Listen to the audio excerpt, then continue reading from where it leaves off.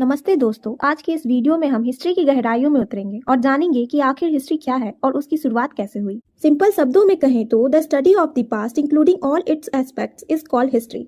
These aspects are political aspect, economical aspect, social aspect, cultural and religious aspect. पर क्या आप जानते हैं कि हिस्ट्री लिखने की शुरुआत किसने की? हिस्ट्री लिखने की शुरुआत की थी हेरोडोटस ने, जिन्हें फादर ऑफ हिस्ट्री भी कहा जाता है। उन्होंने अपनी किताब हिस्टोरिका में इंडिया का भी जिक्र किया था।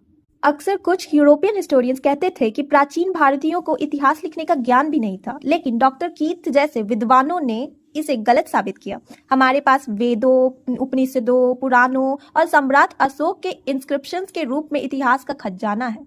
हालांकि भारत में सिस्टमैटिक राइटिंग ऑफ हिस्ट्री की शुरुआत 12th सेंचुरी एडी में हुई, जब कल्हण ने कश्मीर के इतिहास पर अपनी प्रसिद्ध किताब राज तरंगिणी लिखी।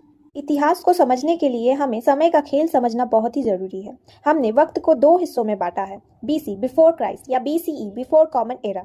ये ईसा मसीह के जन्म से पहले का समय है। बीसी में जितना बड़ा नंबर उतनी पुरानी हिस्ट्री। एडी एना डोमिनाई या सी कॉमन एरा, ये ईसा मसीह के जन्म के बाद का समय है। एडी का मतलब है फॉरवर्ड प्रोग्रेशन। इसमें 500 एडी के बाद 1000 एडी आता है, बिल्कुल हमारे आज की गिनती की तरह। हिस्ट्री को हम मुख्य रूप से 3 बड़े पीरियड में बांटते हैं, pre historical period, proto historical period और हिस्टोरिकल पीरियड, जबकि इंडियन हिस्टोरियंस इसे एंशिएंट, मेडाइवल, मॉडर्न में बांटते हैं। दोस्तों, हमारे इतिहास के 2 चेहरे हैं, एक वो जिस पर हमें गर्व है और दूसरा वो जिससे हमने सीखा है। पहला है द ब्राइट एस्पेक्ट। हमने दुनिया को जीरो दिया, योगा दिया और नालंदा जैसे यूनिवर्सिटी दी, जहाँ पूरी दुनिया पढ़ने आती थी। इसी दम पर भारत बना था विश्व गुरु।